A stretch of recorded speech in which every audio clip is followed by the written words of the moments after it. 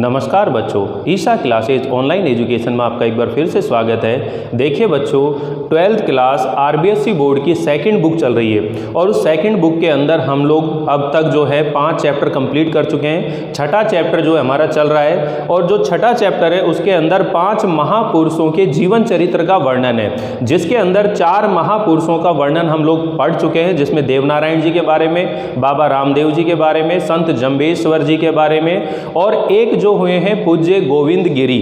ठीक है, इन चारों के बारे में हम लोगों ने विस्तार से चीज़ें सीखी हैं। अगर आप लोगों ने वो पिछले वीडियो नहीं देख रखे हैं तो एक बार वो वीडियो ज़रूर देख लीजिए, ताकि आपको सारा जो चैप्टर है वो कंप्लीट आपको समझ में आ सके। आज ये चैप्टर फिनिश हो जाएगा। यहाँ 5वां जो महापुरुष है महाराजा सूरजमल, महाराजा सूरजमल के जीवन चरित्र के बारे में हम लोग पढ़ने वाले हैं, उनके इतिहास के बारे में कुछ बातें जानने वाले हैं। बच्चों देखिए, आप लोग इन वीडियो को जब देख रहे होगे तो ऐसा लग रहा होगा कि सर क्लास तो हिंदी की है लेकिन आप तो बिल्कुल हिस्ट्री की तरह पढ़ा रहे हो।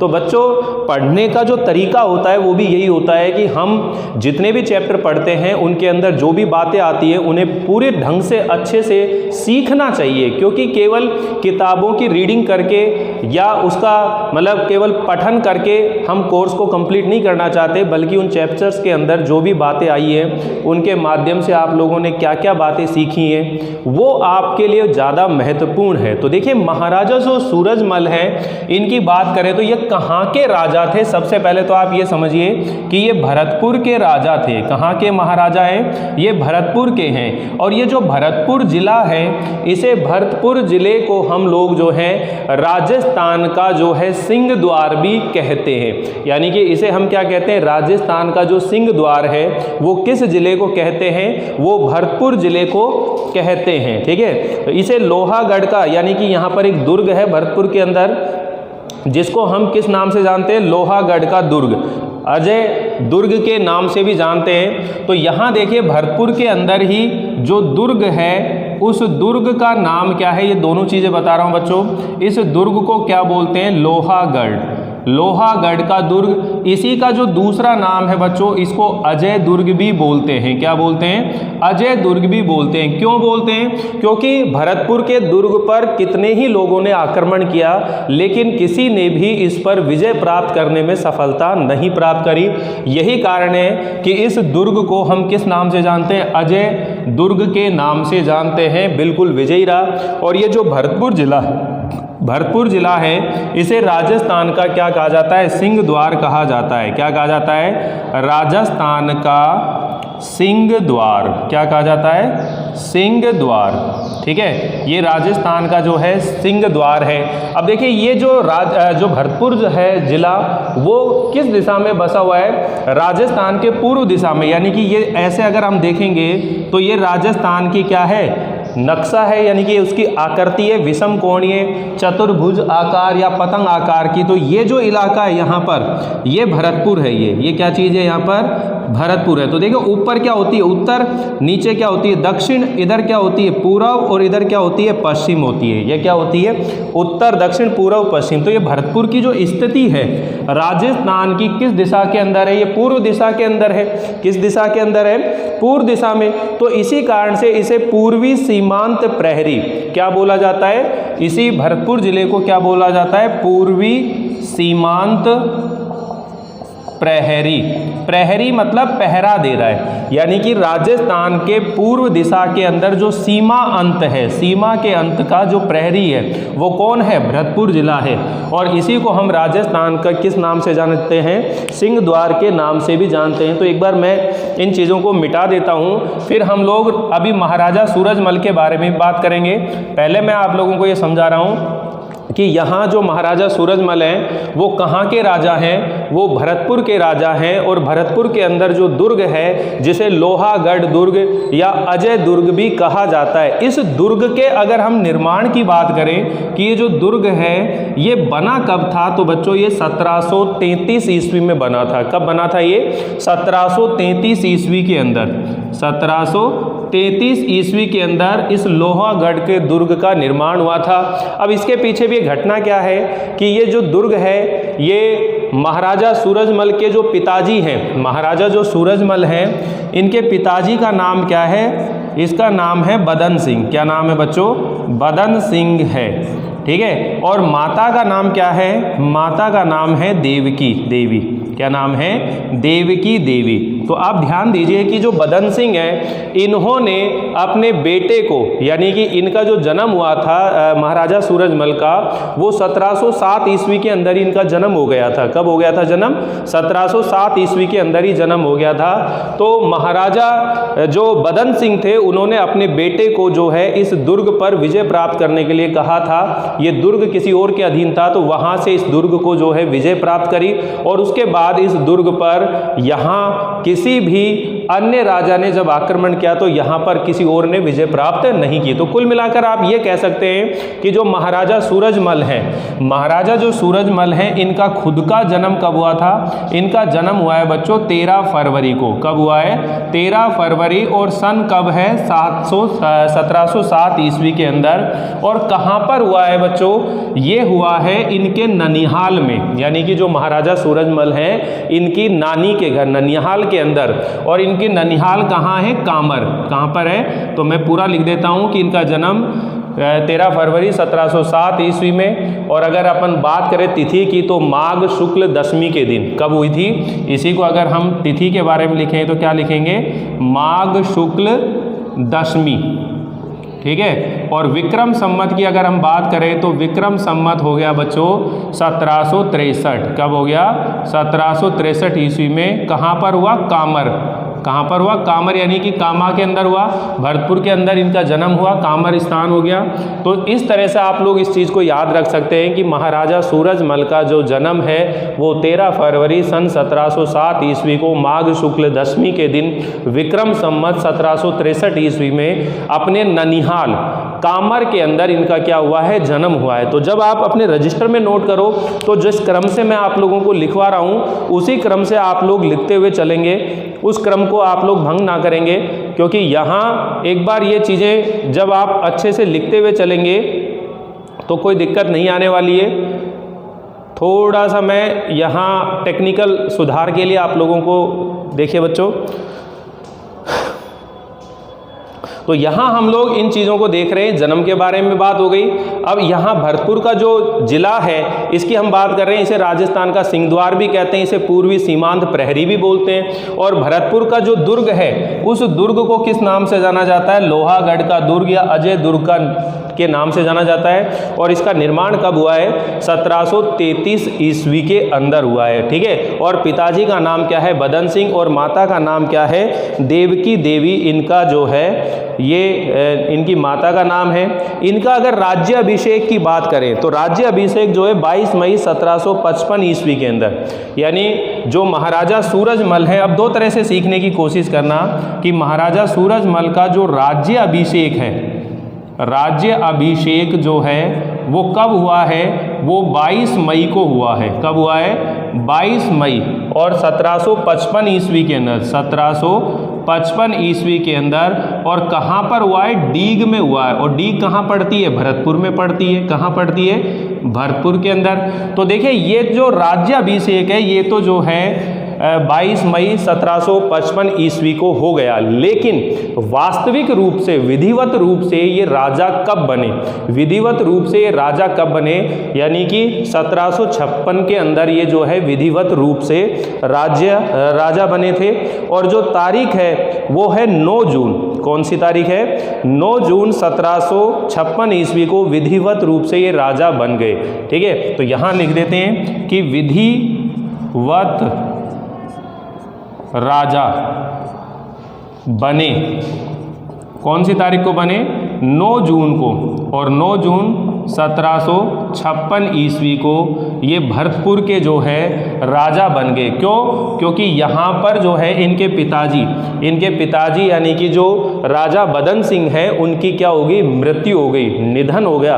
और निधन के बाद में किनको राजा बना दिया गया? महाराजा सूरजमल को राजा बना दिया गया। 9 जून 1756 ईस्वी को विधिवत रूप से महाराजा सूरजमल जो है भरतपुर के राजा बना दिए गए, ठीक है। है। और अभी मैं आप लोगों को स्टोरी नहीं सुना रहा, इसके जीवन आपको सिर्फ डेटा बता रहा हूँ। स्टोरी अभी आप लोगों को सुनानी बाकी है, तभी आपको ये सब चीज़ें और अच्छे से क्लियर हो जाएंगी कि जब ये 1756 में जब राजा बने थे तो उसके 6 महीने बाद ही भारत के अंदर जो है अहमद शाह अब्दाली आ गया था।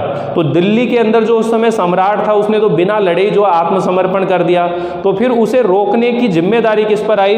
महाराजा सूरजमल के ऊपर आए। जब अहमद शाह अब्दाली जो था उसने महाराजा सूरजमल के ऊपर जब दबाव बनाया तो महाराजा सूरजमल ने क्या करा, उन्हें वार्ता यानी कि संधि करने के वार्ताओं के अंदर उसे उलझा कर रखा। और जब मौका आया तो उन्होंने एक ऐसा पत्र लिखा जिसे पढ़ करके जो अहमद शाह अब्दाली है उसने कुम्हेर, भरतपुर, डीग के जो दुर्ग थे उनकी ओर उन्होंने आने की हिम्मत ही नहीं गिरी।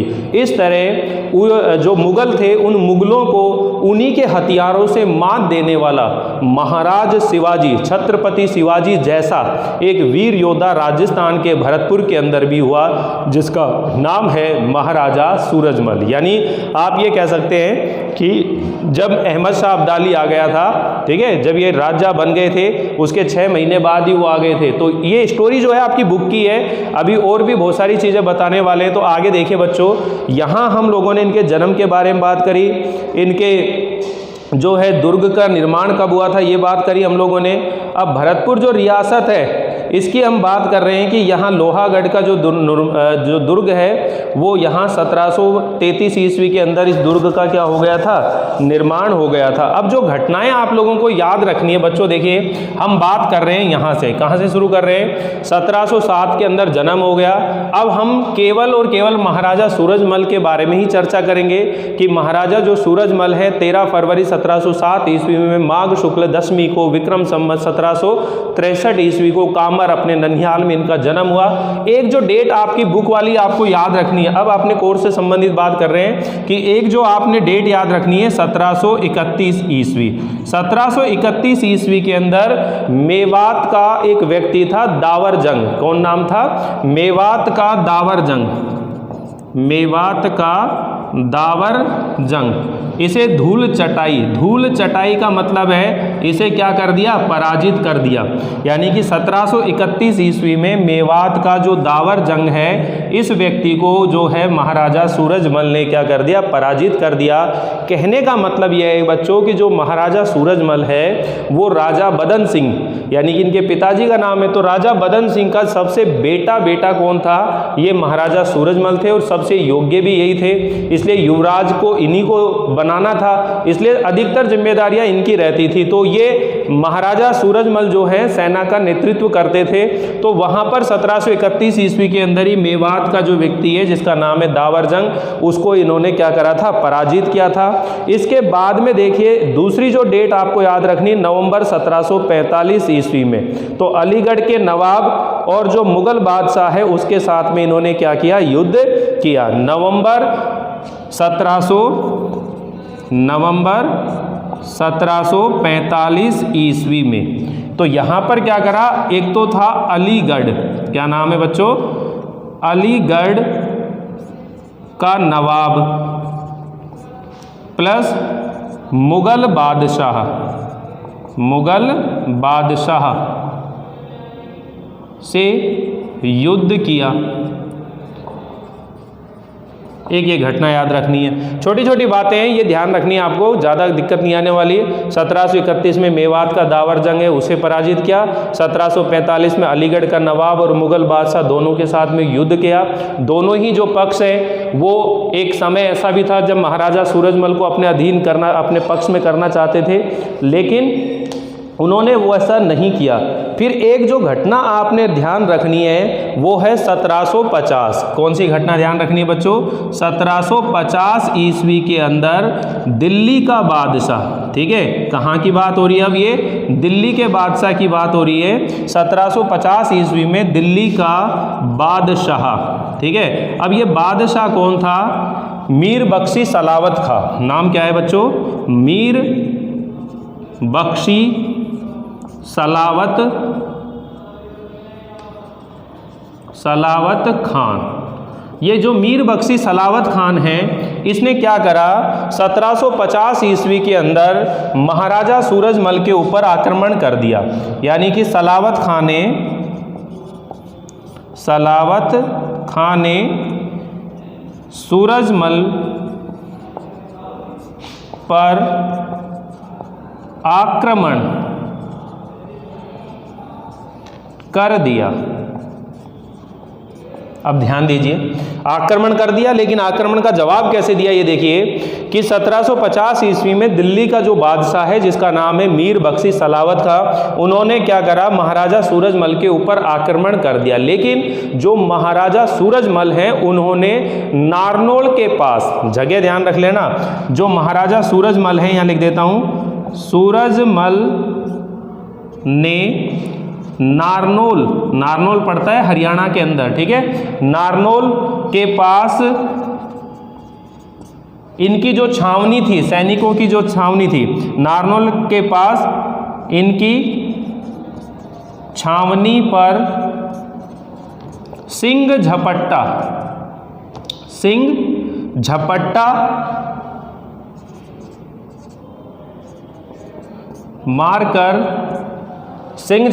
मारकर उसे आत्मसमर्पण के लिए विवश कर दिया। ठीक है, सिंह झपट्टा मारकर उसे आत्मसमर्पण के लिए विवश कर दिया। अब ध्यान दीजिए, यहीं से एक बात निकल कर आएगी बच्चों कि 1750 ईस्वी के अंदर दिल्ली का जो बादशाह है जिसका नाम है मीर बख्शी सलावत खां, उसने महाराजा सूरजमल के ऊपर आक्रमण किया। लेकिन महाराजा सूरजमल ने रात के अंधेरे में नारनौल के पास में मीर बख्शी सलावत खां है उसकी सेना पर, उसकी छावनी पर अचानक से सिंह झपट्टा मारकर, शेर की तरह जैसा आक्रमण करके और उसके आत्मसमर्पण के लिए क्या कर दिया, विवश कर दिया। और मुगलों के साथ में जो संधि की और उस संधि के अंदर जो शर्तें रखी गई, वह शर्त जो है महाराजा सूरजमल की राष्ट्रीय भावना का परिचय देती है। अब जो क्वेश्चन आएगा ना बच्चों, वो यहां से आएगा।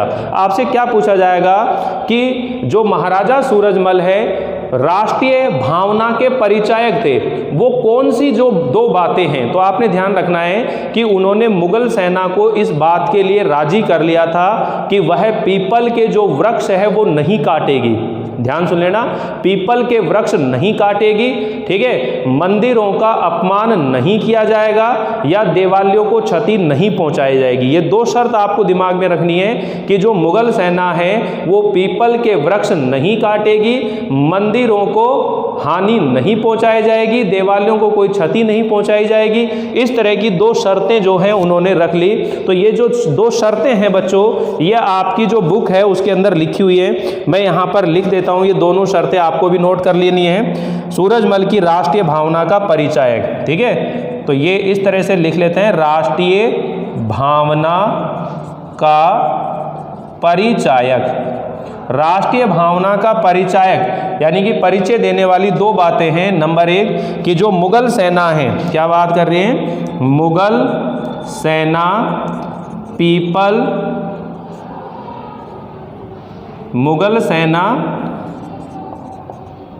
पीपल के वृक्ष नहीं काटेगी,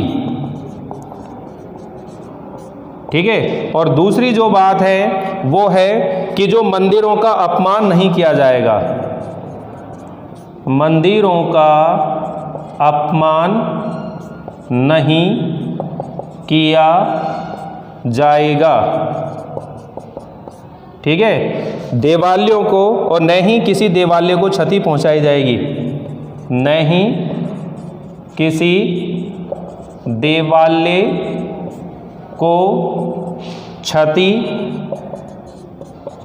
पहुंचाई जाएगी, ठीक है। तो यहां ध्यान रखिए बच्चों कि ये जो घटनाक्रम चल रहा है यहाँ पर 1750 के अंदर दिल्ली के जो बादशाह है मीर बख्श सलावत खां, उन्होंने सूरजमल पर आक्रमण किया, लेकिन महाराजा सूरजमल ने जो है उसके नारनौल के पास में उसकी छावनी पर सिंह झपट्टा मारकर उसे आत्मसमर्पण के लिए विवश कर दिया और उसके साथ में जो शर्तें रखी वो उसकी राष्ट्रीय भावना का परिचायक है, परिचय देती है कि जो मुगल सेना है वो पीपल के वृक्ष नहीं काटेगी और जो मंदिर हैं मंदिरों का अपमान नहीं किया जाएगा, ना ही किसी देवालय को क्षति पहुंचाई जाएगी।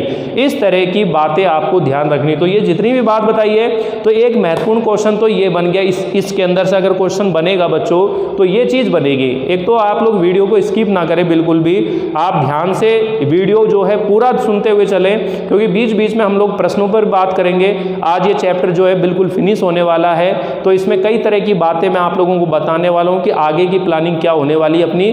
तो आप लोग पूरा वीडियो ध्यान से जरूर देखें बच्चों।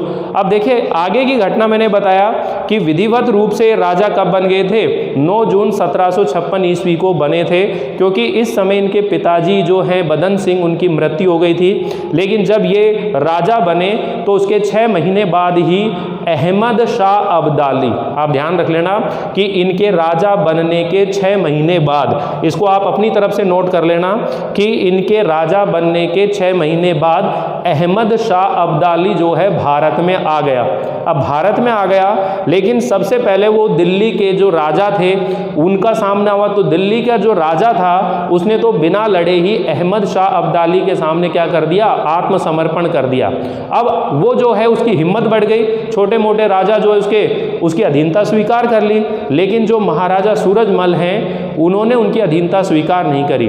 उनके ऊपर कई तरह के दबाव बनाने की कोशिश की गई। तो महाराजा सूरजमल ने एक चाल चली, क्या चली कि उन्हें संधि वार्ताओं में उलझा के रखा उनको, और जैसे ही उनको मौका मिला तो उन्होंने अहमद शाह अब्दाली को एक पत्र लिखा। उस पत्र के अंदर उन्होंने ये बात लिखी कि यहाँ अगर आप आए तो आपसे विशाल सेना का सामना होगा। तो उस पत्र को पढ़ने के बाद में ऐसा कहा जाता है कि जो अहमद शाह अब्दाली है वो कुम्हेर, भरतपुर जैसे दुर्ग की ओर बढ़ने का उसने क्या नहीं करा, साहस नहीं किया। इस तरह मुगलों को उन्हीं के हथियारों से मात देने वाला एक व्यक्ति हुआ था, कौन, महाराजा शिवाजी, छत्रपति शिवाजी। तो उन्हीं का जैसा एक और वीर योद्धा इस भारत की धरती पर भरतपुर जिले के अंदर महाराजा सूरजमल ने जन्म लिया था। तो बच्चों ये आप ऐसे कह सकते हैं कि जैसे महाराणा प्रताप है, तो महाराणा प्रताप जो है मेवाड़ के अंदर उन्होंने कभी अकबर की अधीनता स्वीकार नहीं करी। ऐसे जो महाराज शिवाजी हैं उन्होंने औरंगजेब का शासनकाल था, उनके समकालीन कौन थे, औरंगजेब थे। ठीक है, तो यहाँ पर क्या होता है, देखिए 1707 के अंदर इनका जन्म होता है ना, तो औरंगजेब जो है 1707 के अंदर मृत्यु हो जाती है औरंगजेब की। तो औरंगजेब के बाद में जितने भी शासक थे वो मुगलों के इतने पावरफुल शासक नहीं थे, कमजोर शासक थे। ठीक है ना, तो वहां इनका जो वर्चस्व है धीरे धीरे जो और शक्तियों का बढ़ता जाता है। ये इतिहास की बात है, कभी हिस्ट्री की क्लास अगर आपको पढ़ाने का अवसर मिला तो जरूर मैं आप लोगों को पढ़ाऊंगा। ठीक है, तो वहां पर ये चीजें जरूर बताई जाती हैं। तो यहां हम लोग इस चीज को सीख गए, इसमें ज्यादा कुछ दिया हुआ नहीं अपनी किताब में। एक आपको इनकी जो मृत्यु है, इनका जो निधन है वो ध्यान रखना है कि इनका निधन 25 दिसंबर 1763 ईस्वी के दिन, 1763। तो यहां मैं नोट कर देता हूं इनका निधन, यहां लिख देते हैं निधन 25 दिसंबर। अब देखो 25 दिसंबर जो है डेट आपको बहुत अच्छे से याद रह सकती है। क्यों? क्योंकि आप क्रिसमस डे मनाते हो ना 25 तारीख को। तो 25 दिसंबर के दिन 1763 ईस्वी को इनका क्या है, सायंकाल, ठीक है, 5 बजे इनका क्या हो गया, निधन हो गया। आप ध्यान रख लेंगे 25 दिसंबर 1763 ईस्वी को सायंकाल 5 बजे इनका निधन हो गया। तो अगर कहें कि इनका जो साम्राज्य था, इनका राज्य था, शासन था, कब से कब तक, 1755 ईस्वी से 1763 ईस्वी तक इन्होंने शासन किया। एक तरह से ये देख सकते हैं, जन्म 1707 के अंदर हुआ। अब देखिए इन्हें जो कई उपनामों से भी जाना जाता है, जो महाराजा सूरजमल हैं, इन्हें जाटों का प्लेटो भी कहा जाता है। अब यहाँ देख लीजिए, इनके मैं उपनाम लिख देता हूं कि महाराजा सूरजमल को किन किन नामों से जाना जाता है। तो उपनाम क्या है, इन्हें जाटों का प्लेटो, ये बहुत ही ज़्यादा बुद्धि संपन्न थे, बुद्धिशाली व्यक्ति थे और साहसी और वीर योद्धा तो थे ही, तो इन्हें जाटों का जो है प्लेटो कहा जाता है। साथ ही इन्हें अफलातून क्या कहा जाता है, जाटों का प्लेटो, एक दूसरा नाम आप ध्यान रखेंगे अफलातून, ठीक है, इन्हें अफलातून भी कहा जाता है और जाट साम्राज्य की आंख भी कहा जाता है, जाट साम्राज्य की आंख इनको कहा जाता है, ठीक है। साहसी इनको कुछ विद्वान जो है ओडियस भी बोलते हैं। अब ये एक्चुअली नाम क्यों नहीं बता रहा है, क्योंकि इनके पीछे की पूरी इतिहास कहानी आपको बतानी पड़ेगी, इसलिए आप लोग सिर्फ इतना सा समझ लीजिए, सुकरात, प्लेटो, अरस्तु ये बहुत बड़े दार्शनिक हुए हैं, ठीक है। तो उन्हीं के जैसे चिंतनशील व्यक्ति था, साहसी था, पराक्रमी था, इसीलिए इनको कई उपमाओं से इतिहासकारों ने संबोधित किया है, ठीक है। तो ये नाम ध्यान रख लेना, जाटों का प्लेटो, अफलातून और जाट साम्राज्य की आंख जो है इनको कहा जाता है। तो ये इनकी छोटी सी बातें हैं। अब देखिए बच्चों, इसको बुक को पहले हम लोग रीडिंग करेंगे, इसके जो बातें हैं वो अंडरलाइन कर लेंगे, साथ ही इनके जो क्वेश्चन आंसर है वो भी हम लोग पढ़ने वाले हैं और फिर हम लोग आगे क्या करने वाले उसके ऊपर भी चर्चा करेंगे। लेकिन आप पूरे वीडियो के साथ बने रहिए, जुड़े रहिए, ठीक है। पूरा वीडियो ध्यान से देखिए बच्चों, आगे की प्लानिंग पर बात करेंगे। हमारे देश से अब सभी आप लोग ये महाराजा सूरजमल निकाल लीजिए, बुक में से मैं रीड कर रहा हूं। हमारे देश से यवन, यवन मतलब जो मुगल हैं उनको यवन भी बोला जाता है, यवनों की सत्ता को सर्वदा यानी कि हमेशा के लिए समाप्त करने में महत्वपूर्ण भूमिका निभाने वाले प्रतापी पराक्रमी महाराजा सूरजमल का जन्म राव राजा बदन सिंह के पुत्र के रूप में श्री रानी देवकी की कोख से 13 फरवरी सन 1707 ईस्वी को माघ शुक्ल दशमी के दिन विक्रम संवत 1763 में अपने ननिहाल कामर में हुआ। जन्म से ही महाराजा जो सूरजमल थे वो बहुत ही तेजस्वी थे, पराक्रमी थे, तेजस्विता से सभी लोग प्रभावित थे और युवा अवस्था तक आते आते वे सुदृढ़ शरीर के एक साहसी योद्धा बन गए और इसी के साथ वो कूटनीति के खेल में भी निष्णात यानी कि पारंगत हो गए। राजा बदन सिंह के पुत्रों में वो सबसे बड़े पुत्र थे और गुणों के अंदर भी सबसे ज़्यादा श्रेष्ठ थे, इसलिए युवराज जो है उन्हें ही बनाया गया। सन 1731 ईस्वी में इन्होंने मेवात के दावर जंग को धूल चटा दी यानी पराजित कर दिया। नवंबर 1745 में इन्होंने अलीगढ़ के नवाब और मुगल बादशाह से युद्ध किया। दोनों ही पक्ष महाराजा सूरजमल की सहायता लेने के लिए उत्सुक थे। सन 1750 में दिल्ली के बादशाह के मीर बख्शी सलावत खान ने सूरजमल पर आक्रमण कर दिया, लेकिन महाराजा सूरजमल ने नारनौल के पास रात के अंधेरे में सलावत खां की छावनी पर सिंह झपट्टा मारकर सूरजमल ने उसे आत्मसमर्पण करने के लिए क्या कर दिया, मजबूर कर दिया। और संधि में जो शर्तें तय हुई वे युवराज सूरजमल की राष्ट्रीय भावना का परिचायक है। ये क्वेश्चन महत्वपूर्ण है, ये ध्यान रख लेना बच्चों। अगर महाराजा सूरजमल के अंदर से कोई क्वेश्चन बनेगा तो ये क्वेश्चन बनेगा कि महाराजा सूरजमल जो हैं उनकी राष्ट्रीय भावना का परिचायक जो बातें हैं वो कौन सी है, या अपन कह सकते हैं महाराजा सूरजमल जो है एक राष्ट्रवादी जो है राजा थे, पराक्रमी राजा थे, लेकिन उनमें राष्ट्रीय भावना थी। ये कैसे पता लगा, तो ये ध्यान रख लेना, दो शर्त आपको दिमाग में रखनी है और ये घटना भी आपको ध्यान रखनी है। उन्होंने मुगलों से क्या संधि करी थी कि मुगल सेना पीपल के वृक्ष नहीं काटेगी और जो मंदिर हैं उनको अपमानित नहीं किया जाएगा, ना ही किसी देवालय को क्षति पहुंचाई जाएगी। राजा बदन सिंह के निधन के बाद, राजा जो बदन सिंह है उनकी मृत्यु होगी और उनके बाद 9 जून 1756 ईस्वी को सूरजमल जो हैं विधिवत रूप से भरतपुर राज्य के राजा बन गए और इसके 6 महीने बाद ही अहमद शाह अब्दाली भारत में घुस आया। दिल्ली के जो बादशाह थे उन्होंने तो बिना लड़े ही आत्मसमर्पण कर दिया। दिल्ली फतेह करके अब्दाली ने सूरजमल को भी दबाने पर विचार किया। महाराजा सूरजमल ने अब्दाली को सबसे पहले तो समझौता करने की जो बातचीत है, वार्ता है, उनमें उलझाने की रणनीति अपनाई। और इसी समय भरतपुर नरेश ने वो ऐतिहासिक पत्र लिखा जिसमें उन्होंने अब्दाली का मनोबल तोड़ने की कोशिश की तथा उसे चुनौती भी दी। और पत्र पढ़ने के बाद उसे डीग, कुम्हेर और भरतपुर के सुदृढ़ किलों की ओर बढ़ने की हिम्मत ही नहीं हुई। इस प्रकार तुर्कों को उन्हीं के हथियारों से मात देने वाला छत्रपति शिवाजी महाराज सरीखा जैसा एक और वीर पुरुष भारत की धरती पर अवतरित हुआ था। दिल्ली से मुगलों को पूरी तरह हटा देने का जिम्मा जब महाराजा सूरजमल पर आया तो पहले उन्होंने आगरा से मुगल सत्ता समाप्त करके किले पर अधिकार कर लिया और कुछ समय में उन्होंने दक्षिण में चंबल तक का जो क्षेत्र था उस पर विजय पताका फहराई। पूर्व दिशा में हरियाणा का पूरा क्षेत्र भी उनके अधिकार में आ चुका था। अलीगढ़, हापुड़ और गढ़ मुक्तेश्वर, ये अंडरलाइन कर लो बच्चों, अलीगढ़, हापुड़, गढ़ मुक्तेश्वर तक अपने प्रभाव का विस्तार कर लिया था।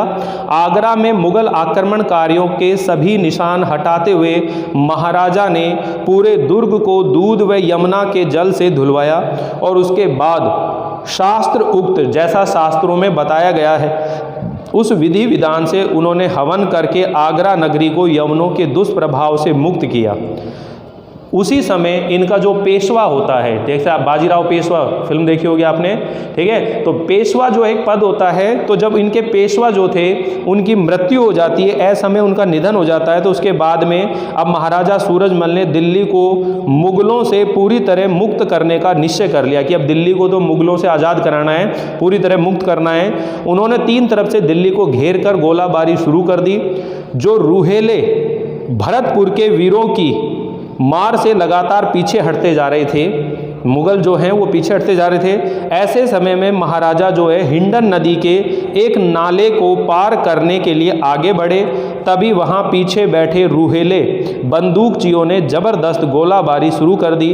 अचानक हुए हमले से सैनिक संभलते तब तक महाराजा सूरजमल के प्राणघातक चोट लग चुकी थी और रविवार का दिन था। 25 दिसंबर 1763 के दिन सायंकाल 5 बजे महाराजा सूरजमल का क्या हो गया बच्चों? निधन हो गया। तो ये जो समय है ये भी ध्यान रख लेंगे कि 25 दिसंबर था, लेकिन इस दिन वार कौन सा था? रविवार था। रविवार के दिन इनका निधन हो गया। तो देखिए यहाँ हम लोग अपनी सेकंड बुक जिसका नाम है पीयूष प्रवाह उसे कंप्लीट कर चुके हैं। 6 चैप्टर हैं, 6 के 6 चैप्टर जो है हम लोग पढ़ चुके हैं बच्चों।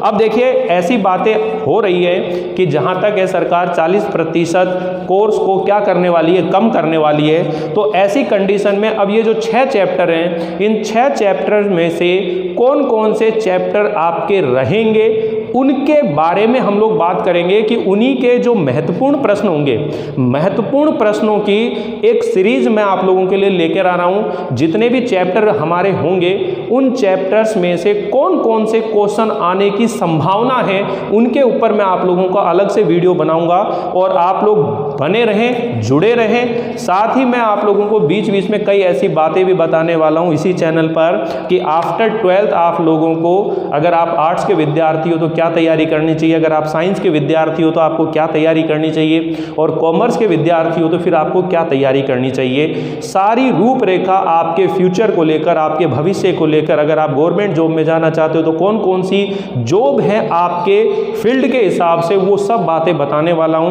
आपके सब्जेक्ट के हिसाब से बताने वाला हूं। और आप देखेंगे कि कितनी आसानी से आप अपने जीवन में अपने कैरियर्स को बना लेंगे। तो बच्चों यहाँ भले ही हिंदी की क्लास चल रही है, लेकिन आने वाले समय में और भी क्लासें जो हैं इस चैनल पर आप लोगों को मिलने वाली है। तो देखिए बच्चों यहाँ हम लोग इस चैप्टर को कंप्लीट कर चुके हैं। अब देखिए बहुत आसानी से आप उत्तर देते चलेंगे। समसभा की स्थापना किसने करी बच्चों? अब ये ऑप्शन की देखने की जरूरत नहीं। समसभा किसने बनाई थी? गोविंद गिरी ने बनाई थी। बनाई कब थी? 1863 ईस्वी में बनाई थी। और समसभा का जो पहला अधिवेशन हुआ था वो कब हुआ था बच्चों? 1903 ईस्वी में हुआ था। ठीक है ना, मार्गशीर्ष पूर्णिमा को हुआ था। और कहां पर हुआ था? मानगढ़ की पहाड़ी पर हुआ था। और मानगढ़ की पहाड़ी कहां पर है? डूंगरपुर के अंदर है। कहां पर है बच्चों? डूंगरपुर के अंदर है। तो वहां पर समसभा का पहला अधिवेशन 1903 को हुआ था। लेकिन स्थापना, ये पूछ रहा है स्थापना किसने की? तो गोविंद गुरु ने की। कब की थी? 1883 ईस्वी के अंदर की थी। 3 के अंदर पहला अधिवेशन और 13 के अंदर जो अधिवेशन चल रहा था उसके अंदर मानगढ़ हत्याकांड हुआ था, जिसे जलियांवाला बाग हत्याकांड की उपमा भी दी जाती है। तो देखिए मैंने पिछले वाले जो ये गोविंदगिरी वाला था पूरे मस्त तरीके से पढ़ा आप लोगों ने, ठीक है बच्चों। आगे देखो, बाबा रामदेव की समाधि पर मेला कब लगता है? तो ये भादवा सुदी दशमी के दिन लगता है, ये आपको मालूम है। भाद्रपद का जो महीना आता है उसमें लगता है 10वीं तारीख को शुक्ल पक्ष में। देव नारायण जी को किसका अवतार माना जाता है? विष्णु जी का अवतार माना जाता है, कृष्ण जी का अवतार, ठीक है। सर साठे रूक रहे तो भी सस्तो जान, ये अमृता देवी ने कही थी ये पंक्ति। और इस पंक्ति का अर्थ क्या है बच्चों? अगर सिर कट जाए और उसके बाद भी अगर एक पेड़ की रक्षा की जाए तो भी इसे सस्ता समझना चाहिए। अर्थात अपने प्रकृति की रक्षा करने के लिए, पेड़ों को बचाने के लिए अगर जीवन का बलिदान करना पड़े तो भी हमें पीछे नहीं हटना चाहिए। संत जंबेश्वर जी जाम्बो जी, याद आ रहा है, सन 1730 के अंदर जोधपुर महाराजा ने अपने राज कार्य के लिए खेजड़ी के वृक्ष काटने के लिए सैनिकों को आदेश दिया था। याद आ रही चीजें? तो वो ऐसे पिक्चर आपके माइंड में होनी चाहिए कि जैसी तुरंत आया पूरी स्टोरी क्लियर हो जाए आपके माइंड में, ठीक है। आगे देखो बच्चों, सूरजमल कहाँ के राजा थे? बहुत आसान है, भरतपुर के राजा थे। भरतपुर के राजा थे, दुर्ग का नाम क्या था? लोहागढ़ का दुर्ग, ठीक है। अजय दुर्ग भी बोलते हैं। निर्माण कब हुआ है? 1733 ईस्वी के अंदर हुआ है। पिताजी कौन है? बदन सिंह है। माता कौन है? देवकी देवी। फटाफट याद होनी चाहिए सब चीजें। जम्मा जागरण आंदोलन का उद्देश्य स्पष्ट कीजिए। अच्छा, एक क्वेश्चन रह गया बीच में। संत जंबेश्वर जी को दिव्य ज्ञान कहां पर प्राप्त हुआ था? यानी कि जो संत जंबेश्वर जी हैं जिन्होंने जम्मा जागरण भी चलाया, बिश्नोई संप्रदाय की स्थापना करी थी, तो उनको दिव्य ज्ञान कहाँ, जन्म तो कहाँ पर हुआ था? नागौर पीपासर में, लेकिन वो कहाँ पर आ गए थे? बीकानेर। बीकानेर में कहाँ आ गए थे? नोखा तहसील। और नोखा तहसील के अंदर जगह का नाम क्या है? समराथल धोरा। तो आप कहेंगे कि जो संत जंबेश्वर जी है बीकानेर की नोखा तहसील के समराथल धोरा नामक स्थान पर उन्हें दिव्य ज्ञान की प्राप्ति हुई। गुरु का नाम क्या है? गुरु गोरखनाथ। गुरु का नाम क्या है? गुरु गोरखनाथ जी, ठीक है। आगे सुनिए बच्चों, जम्मा जागरण आंदोलन के उद्देश्य को स्पष्ट कीजिए।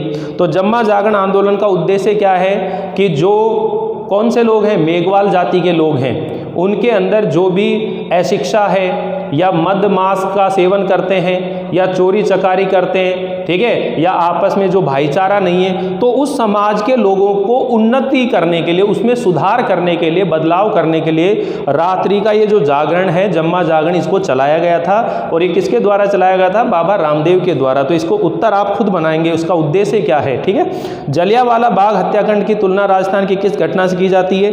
ये आप बता देंगे, मानगढ़ हत्याकांड से, ठीक है। डूंगरपुर के जो मानगढ़ है वहाँ पर जो भीलों का जो आंदोलन चल रहा था, गोविंदगिरी वाला, ठीक है, करने का आप लोगों को। सूरजमल की राष्ट्रीय भावना संबंधित किन्हीं 2 घटनाओं का उल्लेख कीजिए। मुगल सेना को इस बात के लिए तैयार कर लिया, ठीक है। साथ ही आगरा का जो पूरा वो था उसे पूरा धुलवाया था नगरी को, ठीक है। ऐसी बहुत सारी चीज़ें आप बता सकते हो।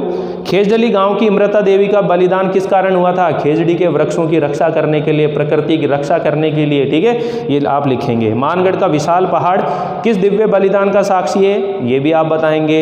मैं कुछ नहीं बताने वाला यहाँ पर, आप लोग खुद इसको करेंगे, क्योंकि अगर आप लोगों ने वीडियो देखे होंगे, ढंग से सुना होगा, तो सारे उत्तर आप बहुत आसानी से देंगे। क्योंकि उत्तर देने वाला जो वीडियो है वो मैं अलग बनाऊंगा, इसलिए मैं आप लोगों से उस समय बिल्कुल संक्षिप्त तरीके से 6 के 6 पार्ट, यानी ऐसे 6 के 6 एक साथ समझाऊंगा पूरे तुलनात्मक करके, एकदम मतलब आपको समझ में आ जाएगा कि यार ये चीज़ है, इस चैप्टर में ये बात है, उसने कहा था ये कैरेक्टर है, ये स्टोरी है, ये दृश्य हैं, सत्य के प्रयोग, ये शीर्षक है, इसके अंदर ये बात चल रही है, ये प्रश्न बन रहे हैं, ठीक है। मानस का हंस, इसके अंदर ये 3 घटनाएं कैसे घट रही हैं, इनको देखना है, ठीक है। मानस का हंस, फिर गोरा चैप्टर है, ठीक है। और उसी तरह कुछ ऐतिहासिक स्थलों का भ्रमण, जिसमें अजंता, एलोरा, एलिफेंटा, 3 तरह की गुफाओं का। तो बच्चों अभी ये चैप्टर समाप्त हो गया है, लेकिन इन 6 चैप्टर्स का एक वीडियो आप लोगों को मिल जाएगा।